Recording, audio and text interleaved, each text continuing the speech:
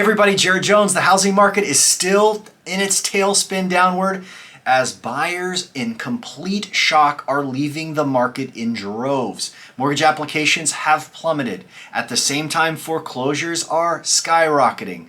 We're going to talk about all of the latest information on how foreclosures are piling up, but also how all of these new creative financing options, that's right, adjustable rate mortgages are on the rise. We're seeing new creative mortgage solutions to try to bring these buyers back. In the end, will it be good for housing prices in 2023? Also, many markets in the past 5 months have lost double-digit, 10+% price loss. We're going to talk about the markets that are getting drained, and we're going to talk about the ones that are still seeing gains, because not everybody's on the bad side of the coin yet. Let's talk about that and more. But first, if you're joining me for the first time, subscribe to the channel for hard-hitting, steady updates on what's happening in the real estate market from a 20-year real estate pro. And do me a huge favor, if you appreciate the content, smash the like button below. It would mean a ton to me. But let's get started. In the past week, the Mortgage Bankers Association reported that mortgage applications are down yet again. It is a 25-year low. That's how bad that buyers are running from this housing market right now. Now, obviously, a lot of this mix of lowering applications has to do with the amount of refinances that are just not taking place this year. But overall, buyers, even on the purchase side, have left the building as interest rates go spiraling upward, which I warned would happen. The end of August, I shot a video on this channel. I said, listen, if you haven't gotten your rate locked in, it's going to get bad in September. And ever since I posted that video, exactly what I told you would happen has happened. The Fed chair in mid-September stopped buying mortgage-backed securities completely, which is the first time they've done that in a decade. Now they're holding on to so many treasuries. As the Fed stops supporting the mortgage rate, you're going to see housing prices suffer as a result. We're continuing to see the slide in resale homes. That is, homeowners that are trying to sell their home in the housing market. As a result of all the buyers exiting, look what's happening in the resale market. Sales of all types of previously owned homes, that is homes, condos, and co-ops, fell for the 8th straight month in a row, which was down by 1.5% in September, that's last month, to a seasonally adjusted annual rate of sales of 4.71 million homes, according to the National Association of Realtors. Beyond the 2 lockdown months of April and May 2020, this is the lowest rate of sales since March 2014 and since the summer of 2012, indicating to what extent the housing market is frozen. Now listen to the implications of this. Right now, you had this long process going through late summer. Interest rates continue to climb. Buyers that were in the pipeline that had locked in rates were continuing to close, getting on the way through that channel. But now you have record low mortgage application. That means only a third of the market on any given month is purchasing all cash. 2/3 of the available market is purchasing with a loan.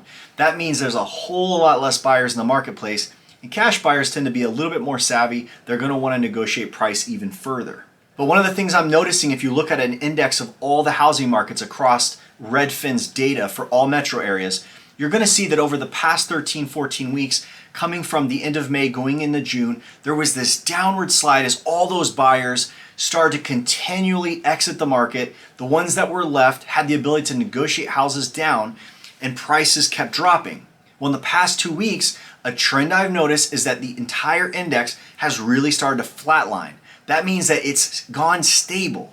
And you would think, well, what does that mean for everybody? Is the housing market done falling? Well, the reality is, in the backdrop of what I just read, you have way fewer sales going on. But you also have way fewer listings. So while you see this lower, reduced amount of properties actually being sold, you're seeing a lot less homes actually hitting the market. And this is going to have detrimental effects on many markets around the country. I'm going to explain why. As sellers have reticent, they're nervous about putting their house in the market in this particular climate where buyers are exiting. Like, why would you want to display something, bring it available to the marketplace, and there's 2 people standing there looking at all the homes that are available? Well, the reality is the only thing that has actually flattened out the price, as I mentioned, it descended for several weeks. The entire metro index flattened, and the reason for that is there's just such a low supply of homes. When you factor in what's actually available, it's years below normal trends. So the only thing saving the market in the absence of all demand not being there, I mean, literally very, very few buyers are in the marketplace. It's obviously at record low numbers. The only thing keeping it at bay, price that is, keeping it buoyed a little bit, not just plummeting, is the fact that there's just not a lot of sellers out there. Now the sellers that exist, listen to this. If I'm shopping with a buyer in my housing market, you've got the builders, which I'm going to tell you an update on them in a second. They're chomping at the bit to sell their homes, so they're buying rates down and they're making creative options for people. But you have homeowners who are now in this position where the available homes, there's a huge supply of people that are aging their home. Their home's been on the market, not selling. And those are what we call greedy sellers. They're just people that said, hey, I know the market's not that great, but I live here. It's comfortable. Why would I sell? My interest rate's 3%. Like, what are we're gonna move to? But if they give me this number, Mr. Remax agent, Mr. Caldwell agent, if they give me this number, I will sell. Okay, I'll put your house on the market. They know full well the house isn't gonna sell. Some agents list homes to hold inventory, but those are what we call greedy sellers. There's a lot of them on the market.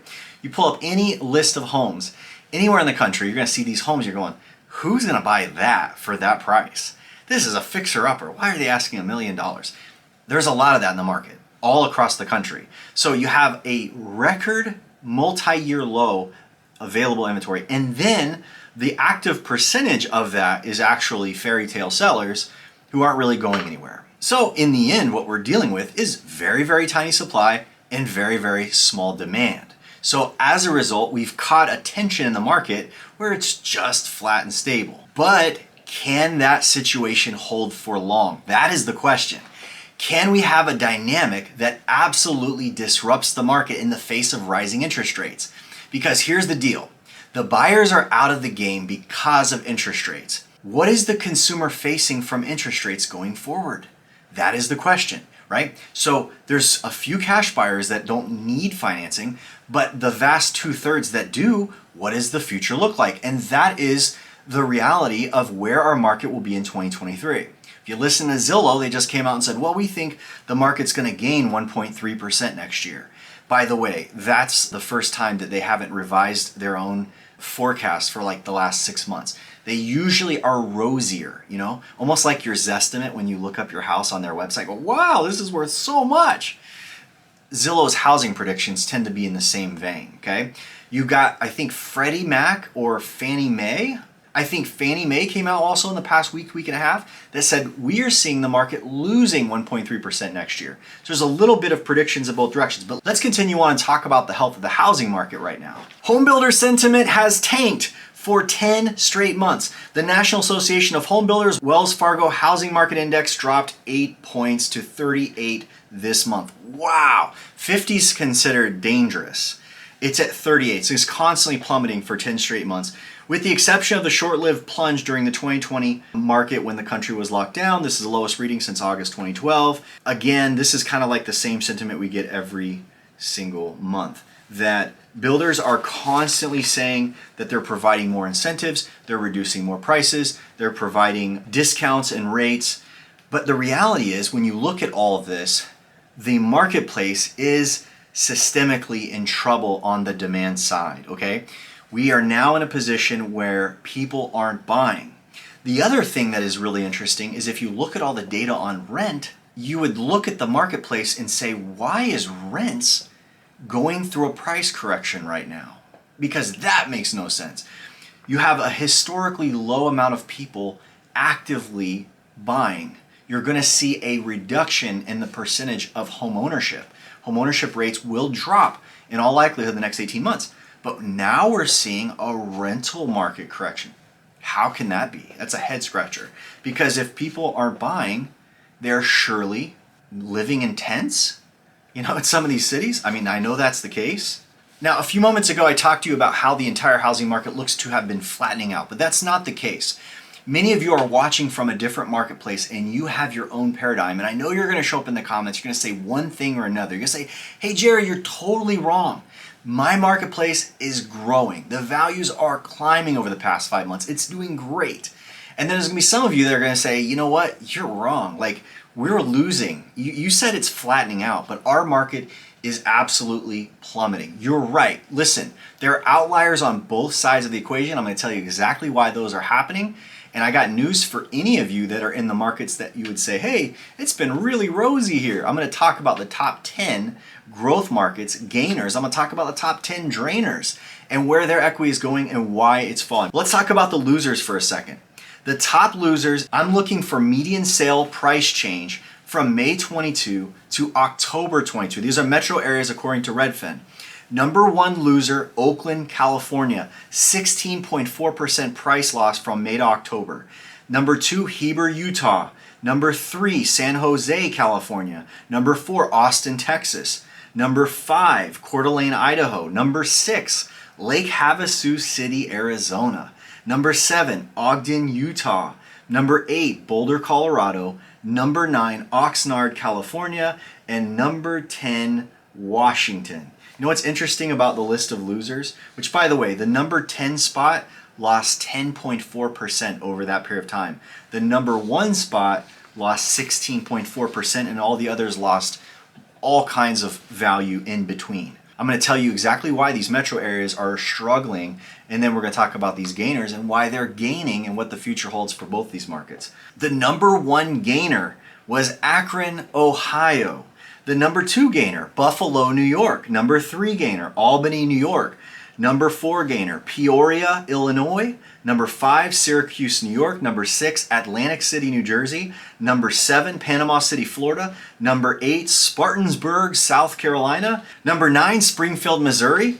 And number 10, Detroit, Michigan. So we have gainers and we have losers, and I gotta tell you, there's many noticeable symptoms in this report compared to the crash of 2008. There's many metro areas, these particular areas, you would say, well, Jared, I know that the 10 losers were all in the West. Yeah, that's right, but that's not why they're losing. The reason why, if you look and you were to graph all of those locations by the median price of the home that's sold, you're gonna notice that the more affordable homes are still gaining. By the way, that's across the country.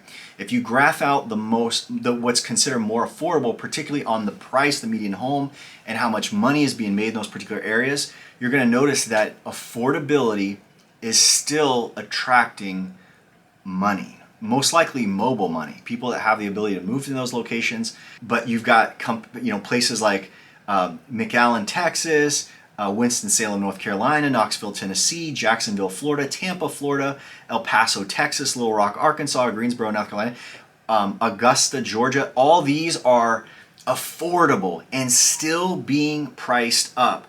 On the downside, again, Austin, Texas, Phoenix, Arizona, Sacramento, California, Portland, Oregon. These are more cities where they're seeing their price hammered and they're seeing their price inflated beyond belief. And inflated beyond what the local marketplace is willing to pay. And you know what the market's doing about all this? We're seeing some interesting trends in lending right now. If you Google adjustable rate mortgages or you Google 2-1 buy down mortgages, you're going to see all kinds of articles pumping these creative mortgage solutions which were there in 2008. Can that be a really good idea or what? I'm going to do an update video this week about the rise of these creative mortgage options because they're back and they're being promoted. They're being promoted by builders, they're being promoted by listing agents, they're being promoted by mortgage companies as a way to get people in to lower the payment. And I'm highly concerned about different payment options where you're in a world like ours right now where every single month the CPI index is coming out, inflation's getting worse, particularly cost for the home are getting worse. Cost to service home ownership getting more expensive. So now you're having a situation where the consumer gets their home now at a artificially reduced, temporarily low fixed rate, and then later it's going to adjust a year from now, 2 years from now, 5 years from now. Not a good plan. You also have the background that I've told you before is 2021, where we had one of the highest amounts of cash out refinances where people returned to the home ATM, borrowing money from their home as a result to help them make ends meet and pay bills. So all these things are going to come back to roost, okay? Let me pull up another article.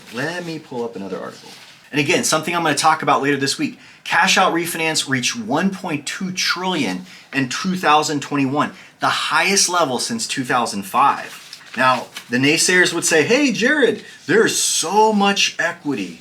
You know, they could borrow it and it wouldn't even touch any of the money that they have left in their house there.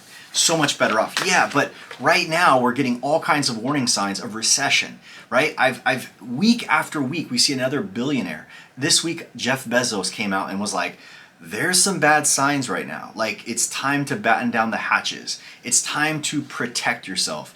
You know, different people that have advisory roles, at least on social media, are coming out and saying, hey, this is going to be tough times. You need to be careful. Just this past week, U.S. foreclosure starts increased 167% from a year ago. By the way, Illinois had the highest per household. There was 1 in 694 households that received a foreclosure filing. California had the largest total, obviously, 10,850 filings. Florida was number 2 with almost 10,000 filings. And in all reality, here's the deal. All reality, the most dangerous thing that can happen to housing is the recession really sets in. You have more of the layoffs that workers and employers are saying that they're going to come. You have people really kind of making this shift from being a greedy seller to becoming a needy seller. You know, it's one thing to sit out there and age your property whenever you've got all the time in the world and you don't need the money out of your house. But the reality is, recession is really the animal that nobody is facing head on, okay? The Fed is saying that they're going to continue pushing and pushing against inflation. And it's almost a foregone conclusion at this point. We've had the most recent CPI reports come out before the next, there's not going to be another CPI update before the next Fed meeting. Right now, it's most likely, there's a 99% chance that we're going to see the actual standard interest rate, Fed rate, go from 3.25% to 4% as of the next meeting.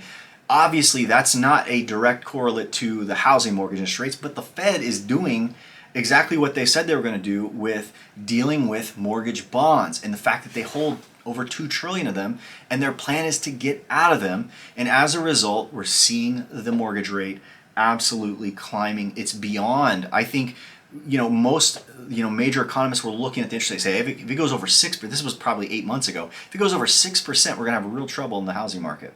We're beyond 7% now, and buyers have hit the exits. And if there are sellers that need to sell, there is going to be an interesting year ahead for us in 2023.